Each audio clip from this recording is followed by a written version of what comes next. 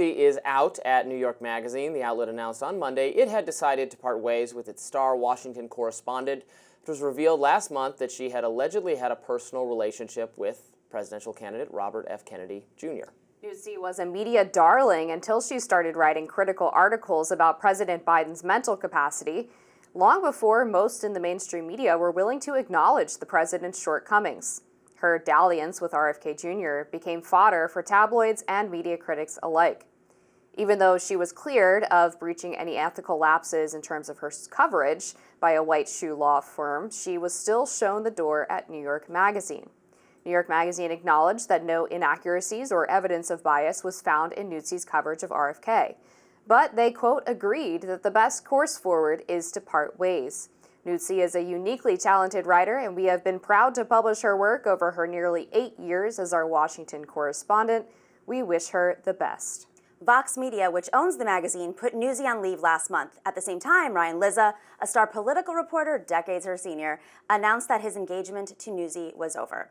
She has been dragged through the mud personally and professionally. So the question, has there been a double standard? I think both of you know where I stand on this. It's one thing to break journalistic standards, which is why she was put on leave. It's another thing to be let go. Obviously, we don't know what happened internally. Ryan Lizza was on leave, and he started to report, and then he went on full leave. We've seen other people go through this before, including folks on CNN who had shown themselves on camera in really inappropriate ways and then went right back into reporting at CNN. A lot of folks are forgiven, men, I could name several men, and I think that the way that there was a barrage of criticism towards her, she made a mistake. She's not in a relationship with RFK anymore. It damaged her personal relationship. I'm not saying it was right what she did, but I don't think that she deserves to be fired. Yeah, I think it's hard to tell because we don't know. I mean, RFK Jr. has denied that this was an actual relationship, so I don't know how involved it actually was, how outside the bounds of normal professional conduct hers was. Again, I'm not big into cancel culture or like ruining people's lives over lapses of this kind. And she wasn't specifically covering him or writing about him when this supposedly happened. So I think I agree with you. I'm not sure it's a double stand. It's such an odd situation that I don't know that it was also wrong to part ways for her, and it might have been mutual. She might just not feel like she could do her job there anymore. What's your take? Yeah, I mean, I think that she was totally out of bounds. I mean, it is basically journalistic principle 101 that you do not sleep with your sources.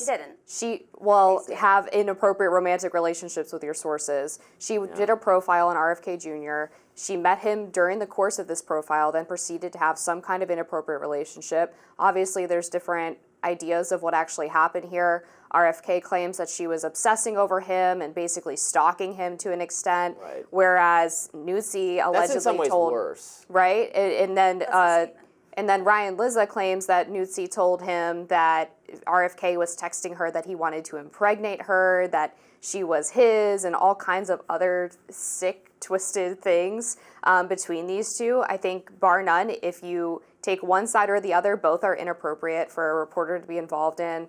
I have a pretty good feeling that any woman I know in conservative media, if they had done this, they would have been shown the door as well and would have been fired. And I don't think that this is an overreaction at all. It is possible. She did make people so mad in Democratic circles and media circles after her reporting on Biden's cognitive problems. The fury from Blue Anon was insane.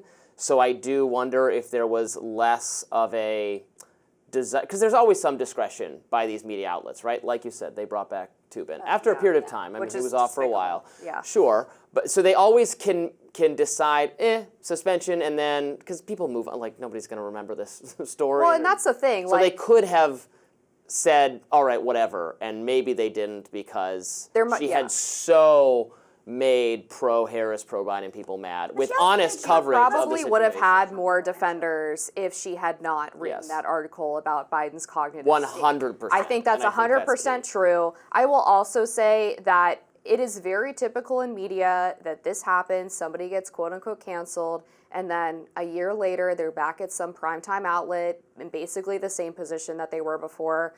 If I were her, I wouldn't be too worried about my career because it's sort of inevitable that these things come full circle. No one stays out of media for long. I don't agree with you. I think that there's plenty of women who've been, there's definitely a gender thing happening here. You quoted two people, RFK and Ryan Lizza, but you didn't quote Olivia Nuzzi, who has not spoken out yet, and her.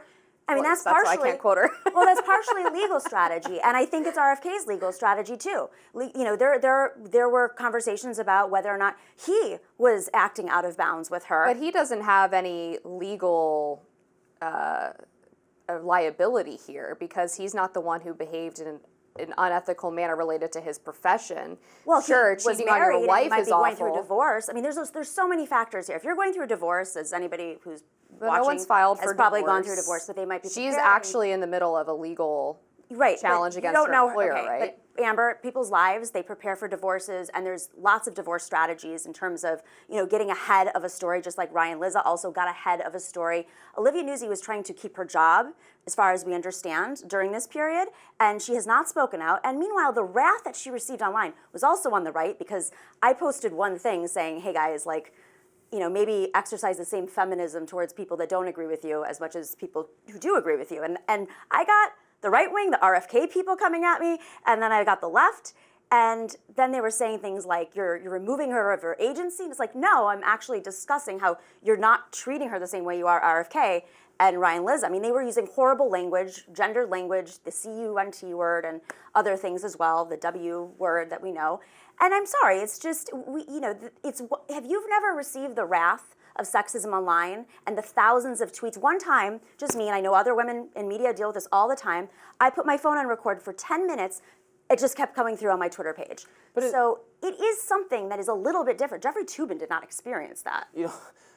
There's no way that's true. There's He got still a tons verb. of You still harassment. say Toobin as people a make fun of- verb. But he didn't get the hate, like, I'm going to come and kill you. And No, that's not true. I've gotten death threats. It has to, you go a long while without getting it, and then we all know how this works. Someone prominent shares a tweet of yours or a clip from this show, and then you get a pile on. It's certainly the case that prominent people have to endure, very nasty responses. So I don't actually think there are studies at this point where there is an outsized proportion of there's women studies showing in public. there's studies showing the opposite of that there's no difference between the level of harassment men and women Between get online. men and women online? No, it's just Women undeniably receive more harassment. I The algorithms deny are that gendered towards utterly. men. The YouTube algorithm for politics is almost majority male. Of course there's a difference. And those are published reports. That's what YouTube Maybe puts women forward. are just bad at YouTube. What do you mean? They're not watching. Yeah.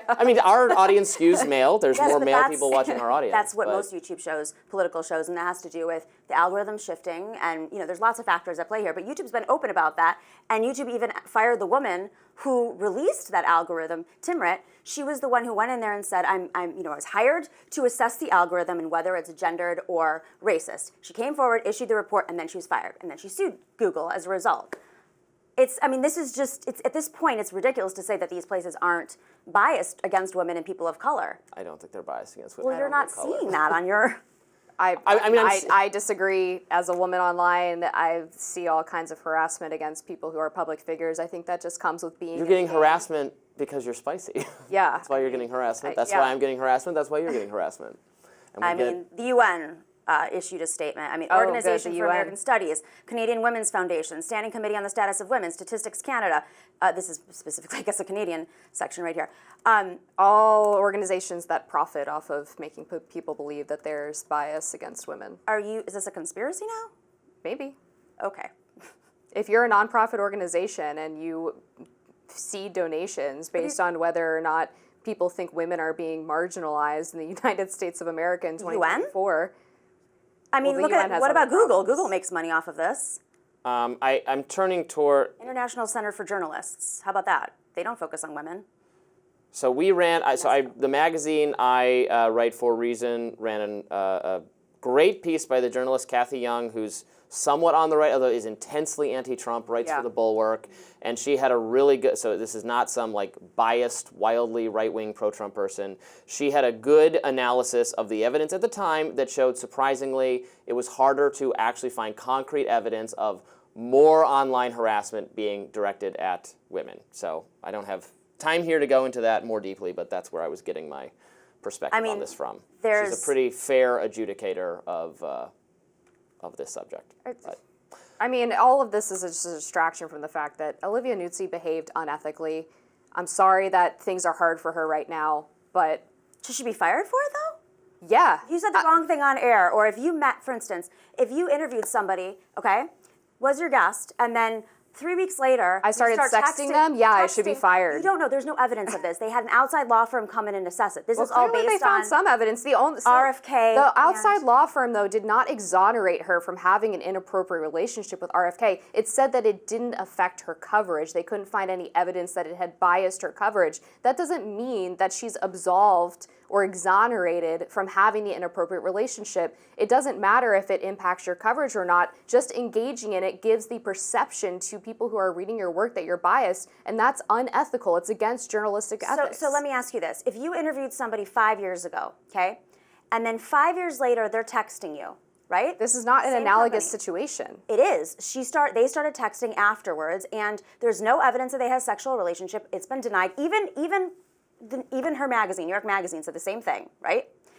So I understand that you have your own values, and there's journalism ethics, there's your values, and then there's the law, and you cannot be fired for that. And so that's why I think they came to agreement. So there's a double standard in that, sure, she did not violate the terms of New York Magazine. The outside law firm stated that. So clearly she wasn't fired for having an affair. Well, you don't know because that. If that's the case, we honestly don't even know that she was fired because That's they what I'm could saying. have That's both what I'm just saying. decided this is not. This is not But she gonna work. also could be an at-will It could be an at-will employee. in which case they can fire her for any reason. I think they should be able to fire you for whatever reason if they think this is not working out anymore. You think nobody has a right to work for a magazine? Well, you could if you're on salary. Yeah, I mean, if they don't want to pay you anymore because they don't think you're good for the organization, they should be able to do that. We've got a lot more to talk about today on Rising. Stay tuned. More of the show coming up.